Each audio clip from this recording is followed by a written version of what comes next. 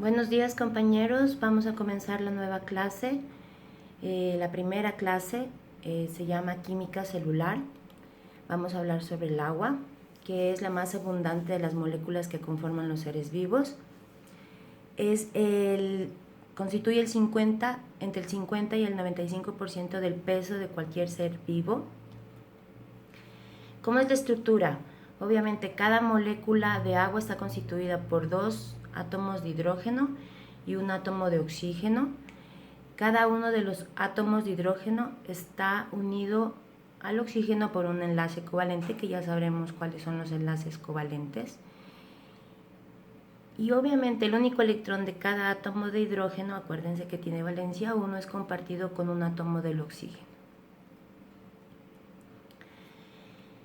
Esta molécula de agua es un tetraedro irregular, como vemos aquí, ¿no es cierto?, que tiene un oxígeno en el centro. Los dos hidrógenos y los electrones no compartidos de los dos orbitales hibridados restantes ocupan el ángulo del tetraedro, como vemos aquí. El ángulo del tetraedro. Entonces, los dos hidrógenos, los dos electrones no compartidos de los dos orbitales, haciendo un ángulo de 105 grados. Un ángulo de un tetraédrico ideal es de 109.5. Entonces, el agua es un dipolo, que quiere decir que es una molécula de carga eléctrica que está distribuida de forma asimétrica en toda su estructura. La molécula del agua en conjunto posee una carga neutra, quiere decir que tiene igual número de electrones y de protones. El átomo de oxígeno, que está fuertemente electronegativo, empuja los electrones en dirección contraria a los núcleos de los hidrógenos, lo que les deja con una carga positiva parcial. Mientras sus dos pares de electrones no compartidos comienzan a hacer una carga negativa local. ¿Cuál es la estructura del agua, por favor? Cuando una región de carga parcial positiva del agua se aproxima a una carga parcial negativa de agua, la fuerza de ellos dos forma un puente de hidrógeno, el que vemos aquí. Luego hablaremos de puentes. El puente de hidrógeno puede formarse solamente entre cualquier átomo de hidrógeno, por favor, que está unido covalentemente, es decir, por uniones covalentes, a un átomo que posee una fuerte atracción por los electrones, que puede ser oxígeno o el nitrógeno o de una u otra molécula. Aquí vemos ejemplos cómo se va asociando dos moléculas de agua dipolares por un puente de hidrógeno. Aquí vemos 4 moléculas de agua con puentes de hidrógeno, siempre viendo que son las líneas punteadas. El agua también puede servir tanto como donador como aceptor de hidrógenos. Aquí tenemos unos grupos polares que también pueden hacer enlaces de hidrógeno. Entonces vemos aquí, por favor, entre alcohol y agua, aquí está el alcohol y agua. Tenemos entre moléculas de etanol, entre el oxígeno y el carbonilo peptídico, y el hidrógeno del nitrógeno peptídico de un aminoácido adyacente. Eso luego lo entenderemos.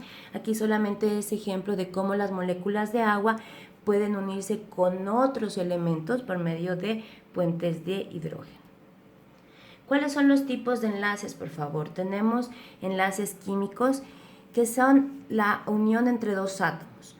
Esta fuerza de atracción es la que los mantiene unidos a los átomos. Entonces tenemos tipos de enlaces, tenemos el enlace iónico, tenemos enlaces covalentes. Estos son tipos de enlaces intramoleculares, por favor, intramoleculares, dentro de la molécula, covalentes polares y no polares. Tenemos un tipo de enlace metálico y tenemos el otro tipo de enlaces intermoleculares, que son las fuerzas de Van der Waals, puentes de hidrógeno e interacciones hidrofóbicas. Aquí tenemos un ejemplo de cómo van los tipos de enlaces iónicos, covalentes, metálicos, y ustedes ven ejemplos de esos tipos de enlaces. ¿Qué es un enlace iónico? Consiste en la atracción electrostática entre átomos de cargas eléctricas de signo contrario, es decir, positivo. Siempre se da entre un metal que pierde uno o varios electrones y un no metal que los captura, resultando que, como les indico, iones positivos y negativos que se mantienen unidos por atracciones electrostáticas y formando redes cristalinas. Estas reacciones de pérdida o ganancia de electrones se llaman reacciones de ionización. Y aquí tenemos un ejemplo, cómo el sodio pierde un electrón y el oxígeno gana un electrón, formando esta fórmula, Na2O. ¿Cuáles son las propiedades de los enlaces iónicos? Son sólidos a temperatura ambiente, son fuertes, son tan fuertes las fuerzas de atracción que los iones siguen ocupando sus posiciones en la red, por eso forman redes cristalinas, independientemente de los grados de temperatura. Por lo tanto, son rígidos y se funden a temperaturas elevadas. Cuando están en estado sólido no conducen la corriente eléctrica, pero sí lo hacen cuando están disueltos o fundidos. Estos enlaces iónicos son muy solubles en agua y estas disoluciones son conductoras de electricidad y por eso se llaman electrolitos. Vamos a hablar de los enlaces covalentes. Las reacciones entre dos átomos no metales son los que nosotros llamamos enlaces covalentes. Acuérdense que en los iónicos es un no metal con un metal. Acá son los dos no metales. Este tipo de enlace existe cuando hay una electronegatividad polar. Se forma cuando la diferencia de electronegatividad no es suficientemente grande como para que se efectúe la transferencia de electrones, es decir, no haya enlace iónico. Entonces los átomos comparten uno o más pares de electrones en un nuevo tipo de orbital llamado orbital molecular. Los enlaces covalentes tenemos dos tipos, los polares y no polares, que lo habíamos visto en la clasificación. ¿Qué son los polares? Estos se dan cuando los electrones son desigualmente compartidos entre dos átomos, por favor. Entonces hay una distribución asimétrica de los electrones y obviamente tienen un polo positivo y un polo negativo o un dipolo, que es un conjunto de dos polos magnéticos o eléctricos de signos opuestos y cercanos entre sí. Ya vamos a entender los dipolos. Los enlaces polares covalentes ocurren porque un átomo tiene una mayor afinidad hacia los electrones que otro. Es importante saber que en un enlace polar covalente los electrones que se enlazan pasarán un mayor tiempo alrededor del átomo que tiene la mayor afinidad hacia los electrones. ¿Cuáles son los no polares? En cambio, aquí existe una distribución simétrica de los electrones. Entonces, producen un enlace o una molécula sin dipolo, ¿no es cierto? ¿Y qué quiere decir? Que no hay positivo y negativo, sino son iguales. Tienen una igual atracción, afinidad hacia los electrones.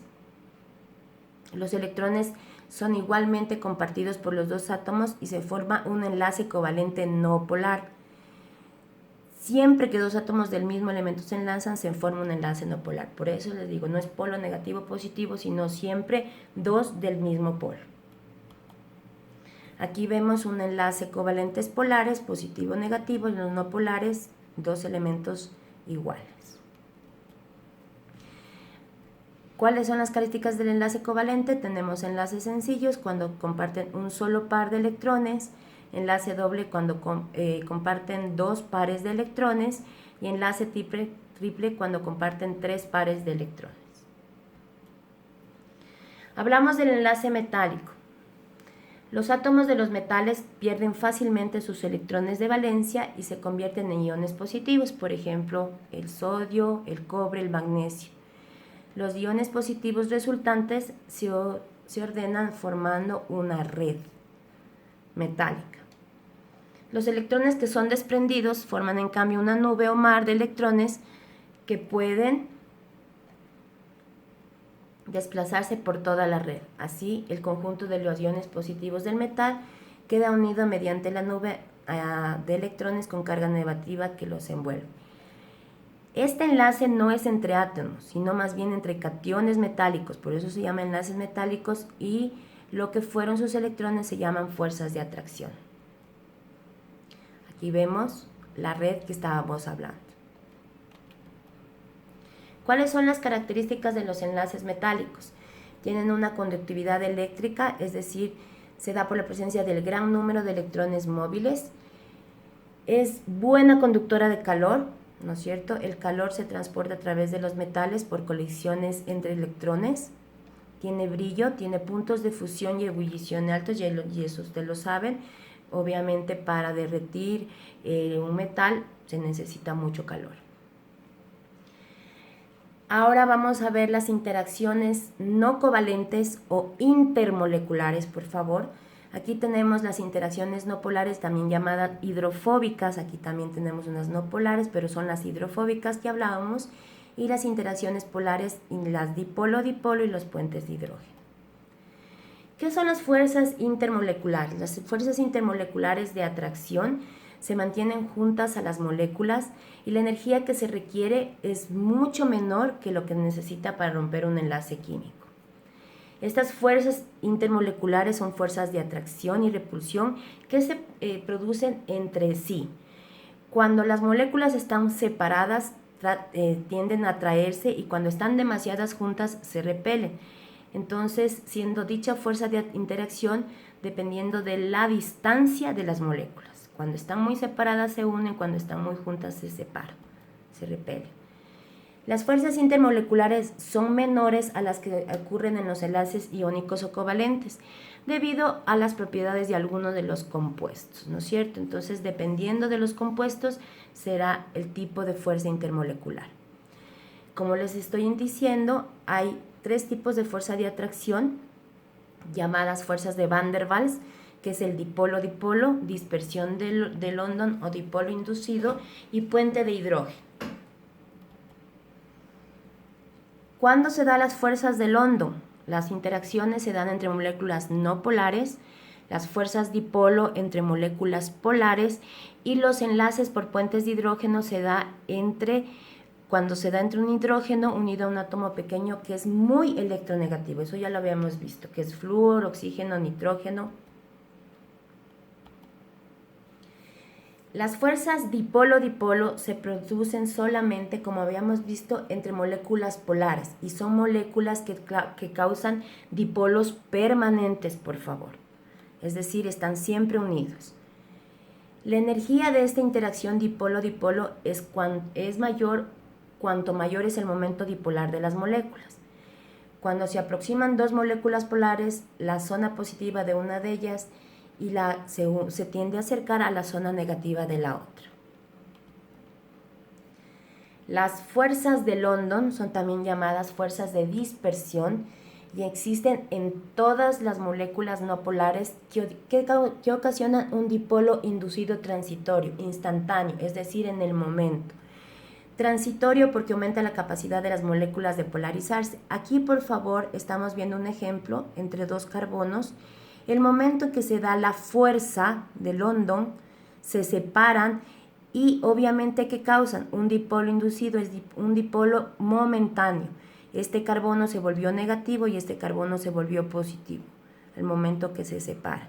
Pero esto es por momentos nada más, no es todo el tiempo. Cuando hay mucha fuerza, hay mucho movimiento, hay mucha densidad electrónica, tienden a separarse 2 elementos iguales, y al momento que se separan se da esa fuerza y causan un dipolo inducido que es transitorio, momentáneo, solamente en el momento para su efectividad, causando un elemento positivo y un elemento negativo. El enlace del puente de hidrógeno es un caso particular de interacción entre dipolo-dipolo, y se da obviamente con un hidrógeno que está unido a un átomo muy electronegativo como flúor, oxígeno y nitrógeno de otra molécula. Eso ya lo habíamos visto. Esta interacción, obviamente por sus características, es muy intensa, por lo que los puntos de fusión y ebullición serán mucho más elevados que otras moléculas. Aquí tenemos un puente de hidrógeno, lastimosamente no salió. Y comenzamos con la clase de equilibrio ácido-base. Esto quiero que presten mucha atención porque habrá ejercicios para determinar qué tipo de equilibrio tiene. Entonces tenemos claro que un ácido es una sustancia capaz de ceder el hidrógeno y una base es una sustancia capaz de captarlo. La acidez de un líquido viene dada por su concentración de hidrógenos y dicha concentración se expresa en términos de pH. El pH es una medida del grado de acidez o basicidad de una sustancia o solución. Este pH se determina mediante la fórmula que la vemos aquí, que es igual al menor del logaritmo de la concentración de hidrógenos, por lo que es inversamente proporcional a dicha concentración. Es decir, a mayor concentración de hidrógenos, menor será el pH y viceversa. Quiero que tengan claro, por favor, que el pH normal es de 7.35 y hasta 7.45. Por eso ese es el pH normal y eso tendremos que tomarlo en cuenta para los ejercicios que realicemos. Y entonces cuando se va menos de 7.5 hará acidosis y más de 7.45 hará alcalosis. Aquí tenemos un ejemplo. Tenemos los trastornos del equilibrio ácido-base, obviamente dependerán del tipo de pH, produciéndose una acidosis o una alcalosis. Y según se puede ser respiratorio cuando es causada a nivel pulmonar y metabólico cuando es alteraciones que no son pulmonares. Un poco vamos a hablar de la ecuación de Henderson-Hasselbalch, que es algo muy rápido. Obviamente se puede determinar el pH sabiendo la concentración molar de iones bicarbonato y la presión parcial de dióxido de carbono. Entonces aquí tenemos cuando la presión parcial de dióxido de carbono disminuye, el pH se vuelve ácido. Vamos a hablar de los sistemas amortiguadores, que es bien importante. Un sistema amortiguador es una solución de dos o más sustancias que obviamente se oponen a los cambios del pH tratando de equilibrarlos. Por eso es un sistema amortiguador. Entonces tenemos varios sistemas. Comenzamos con el sistema de bicarbonato. El sistema de bicarbonato está importante, el bicarbonato de sodio y el ácido carbónico. Entonces primero, cuando al medio se añade un ácido fuerte, como el ácido clorhídrico, reacciona con el bicarbonato dando al lugar un ácido débil y obviamente haciendo una sal neutra que es el cloruro de sodio. En cambio, cuando nosotros añadimos una base fuerte, reacciona como el hidróxido de sodio, reacciona con el ácido débil de ese sistema, ¿no es cierto?, el ácido carbónico, y lo que obtenemos es una base débil como el bicarbonato de sodio, por favor. Este sistema tiene una pK de 6.1 y ya vamos a ver que es una constante, por lo que el sistema su poder no es alto, pero es el más abundante a nivel de líquido extracelular. Aquí tenemos el ejemplo, aquí vemos la misma reacción. Tenemos el sistema amortiguador del fosfato. Este está compuesta por una base débil, que es el fosfato dibásico de sodio, y un ácido débil, que es el fosfato monobásico. Si se añade un ácido fuerte, por favor, ¿no es cierto?, reaccione con el componente básico y forma que el fosfato monobásico de sodio, más cloruro de sodio, que vemos aquí. ¿Qué pasa cuando nosotros le añadimos una base fuerte, como el hidróxido de sodio? Este, en cambio, reacciona con el fosfato monobásico, ¿no es cierto?, dando que fosfato dibásico y agua. Así es como funcionan los sistemas amortiguadores. El amortiguador de proteínas está dado, obviamente, por su carácter anfótero, ¿no es cierto? Y entonces aquí que las proteínas, cuando poseen grupos en un medio alcalino, ceden hidrogeniones, ¿no es cierto?, mientras que cuando se encuentran en un medio ácido, captan hidrogeniones. Este amortiguador de proteínas, obviamente su pK tiene un valor a 7.4, por lo que es un gran poder amortiguador y es el más importante del líquido intracelular. El sistema de bicarbonato es líquido extracelular, el de proteínas, el de intracelular. ¿No es cierto? Una cosa importante es que el sistema respiratorio es el que regula el pH, obviamente para eliminar el dióxido de carbono, ¿no es cierto? Y aumentar la ventilación alveolar. Por eso ya vamos a hablar un poco cuando hablemos de gasometrías y hagamos ejercicios. En cambio, el sistema renal es el que proporciona el mecanismo regulador, obviamente para eliminar tanto de hidrogenones como el bicarbonato, porque él permite eliminar obviamente los desechos por medio de la orina. Una cosa importante, tenemos el mecanismo del amortiguador del amoníaco que se encuentra en los túbulos colectores y ahí hay amonio, ¿no es cierto? Aquí lo que hace es que se convierte, el hidrógeno se combina con el amoníaco y forma amonio, entonces este se elimina. ¿Qué es un principio isoédrico? Pues obviamente es todo este sistema de amortiguadores que mantienen el equilibrio y obviamente tienen un denominador común que son los hidrogeniones. Eso se llama principio isohídrico.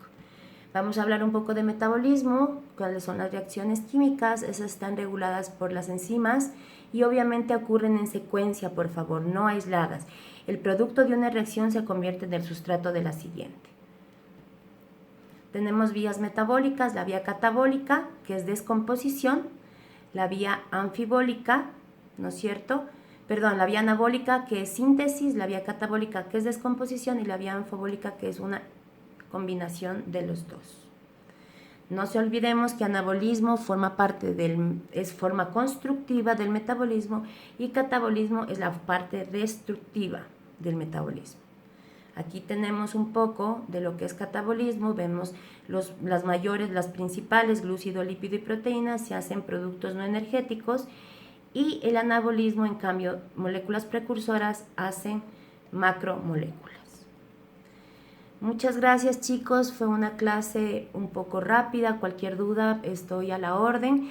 Vamos a tratar de subirla a esta clase allá a la Eva Puse por medio de YouTube. Cualquier pregunta también será subida las diapositivas a su aula virtual y vamos a comenzar a hacer ejercicios para determinar qué tipo de pH tienen las gasometrías. Las gasometrías es un examen que se hace a nivel arterial para determinar la oxigenación y el pH y saber si estamos en un equilibrio ácido-base o tenemos tendencia a la acidosis o a la alcalosis a nivel respiratorio o metabólico.